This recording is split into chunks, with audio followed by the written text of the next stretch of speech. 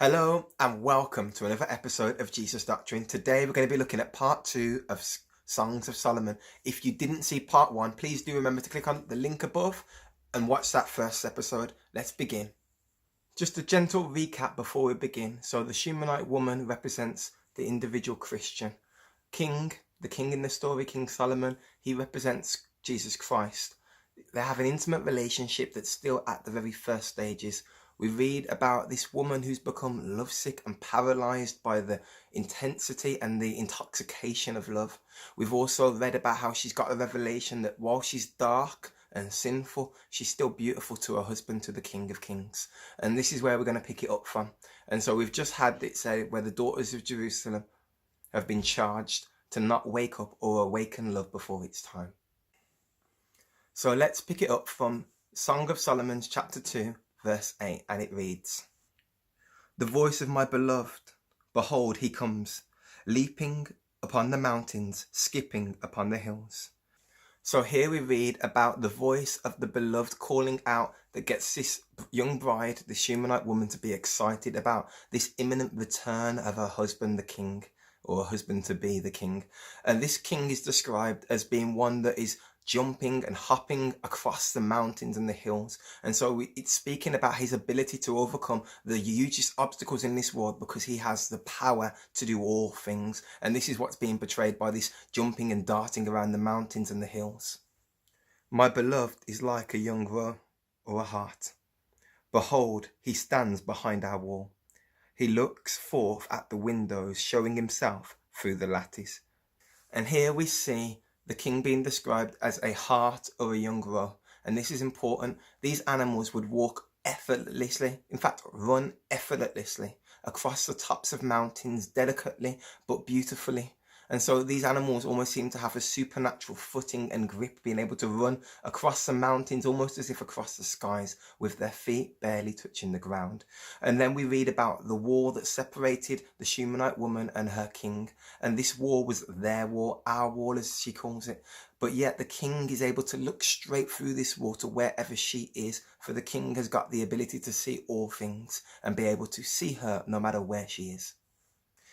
But you see, this wall is a barrier that prevents her and him from getting closer together, but equally it also prevents others from getting to her.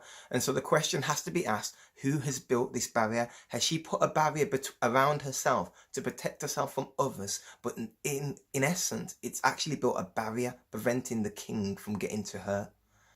"My beloved spake, and he said unto me, Rise, my love, my fair one, and come away. For lo, the winter is past, and the rain is gone, and the flowers appeared on the earth. The time of singing of the birds is come, and the voice of the turtle dove is heard in our land. And the fig tree puts forth her green figs, and the vines with tender grapevine a good smell. Arise, my love, my fair one, and come away." Now we read about how the king is inviting us to go where he goes, because now is the season to walk around and to see the harvest, to see the goodness of God, to see the singing of the birds, to see the sweet things of love. This is a time that Jesus is calling his bride to go with him. Wherever he goes, she should follow. And this is a beautiful, beautiful calling out. Don't hide anymore behind the wall, but come with me and I will show you all the sweet and the good things of life. But the Shunammite woman's response is not what you would expect, and so let's hear it. "O my dove, thou art in the clefts of the rock, in the secret places of the stairs. Let me see thy countenance, let me hear your voice, for sweet is thy voice, and thy countenance is comely."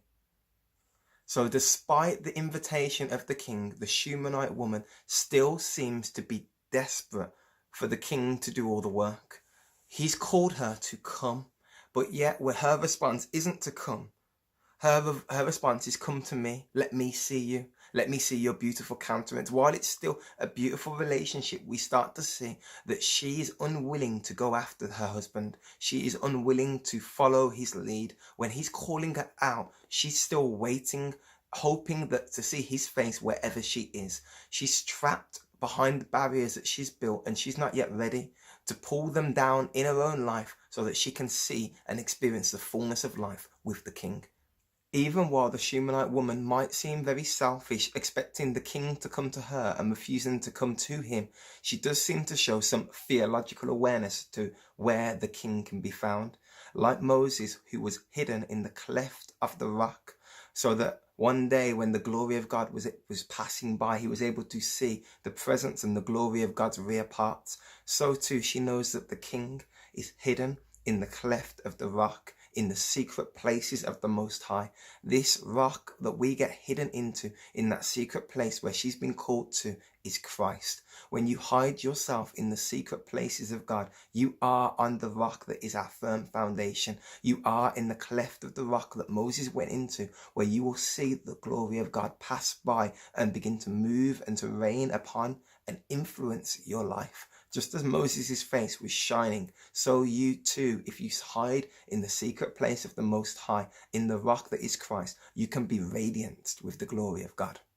So she continues to say, "Take us, foxes, the little foxes that spoil the vines, for our vines have tender grapes. My beloved is mine, and I am his. He feeds among the lilies until the day break and the shadows flee away. Turn, my beloved, and beat like a young roe, or a young hart, upon the mountains of Bear."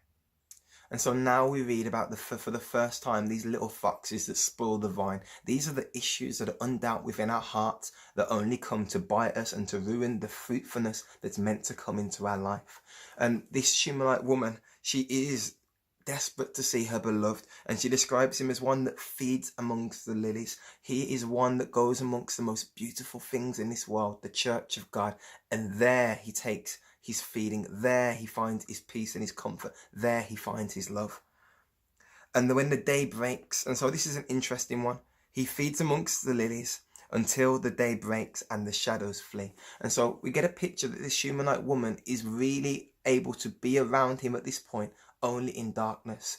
She's there up until the point where the day breaks and the shadows flees. And when the daylight comes, she isn't able to be with him, because at this point she's not able to stand fully in the righteousness of God. She is still in darkness. She's still comely in her sin, and she's still in a place of wrestling to establish her righteousness by trusting God and by running with him in faith. She's still holding back that which is right. And Christ is continuously calling, even as new believers, for us to follow him where he goes, not holding on to our own sin, not holding on to our own ways, not serving God our way, but to let go of our sin, to walk in faith and to follow him out to wherever he calls. And this is what's happening with the Shunammite woman as she hides in the darkness.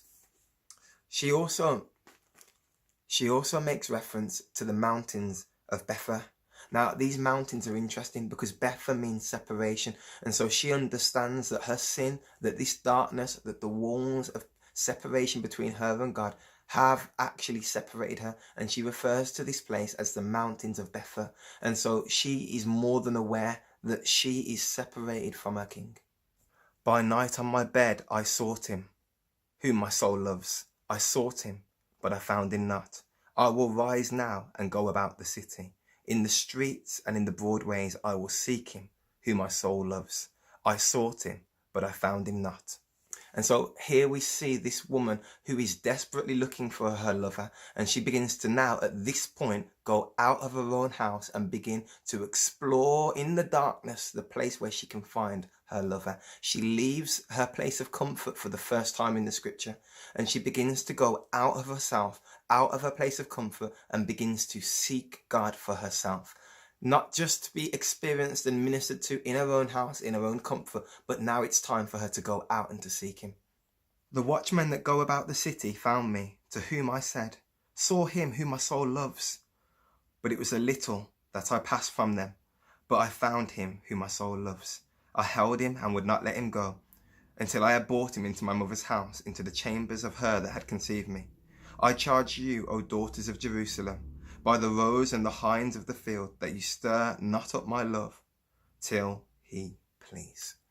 And so now we read about how she first runs into the watchmen. She finds the teachers and the pastors and the shepherds of the people of God, of maybe even the church. and she begins to ask them how to find her husband. And it's not long after having an encounter with the faithful ministers of God that she finds her lover. And when she finds him, it's interesting that rather than going where he goes, she goes back to her own selfishness, being a new believer, still growing in maturity. Rather than following him on the mountains and in the fields, she takes him and drags him back to her own house, to her mother's room, takes him and shows her mother him, and then keeps him there and ensures that he cannot escape from herself, because she's trying to hold on to so dearly the one that she loves. A better way might have been to follow him where he goes, but she's still too immature to do that and to have this mutual relationship where both of them are equally leading and following and pursuing one another. And then she charges the daughters of Jerusalem, don't stir up or awaken love until he pleases. Don't awaken love before it's time. Because you know what? If you awaken love before it's time, you might find yourself heartbroken when your love escapes you because you're too immature to go after him. And at this point, she has this selfishness in her mind where she's trying to protect people from finding the love sickness that she felt alone on her bed, crying out to God, seeking him, until eventually she leaves her house and decides that now is the time to encounter her husband. And so that's the end of part 2. Please do comment, like and subscribe to my channel, Jesus Doctrine, and please do keep following this series on the Songs of Solomon. It'll bless your life. Amen.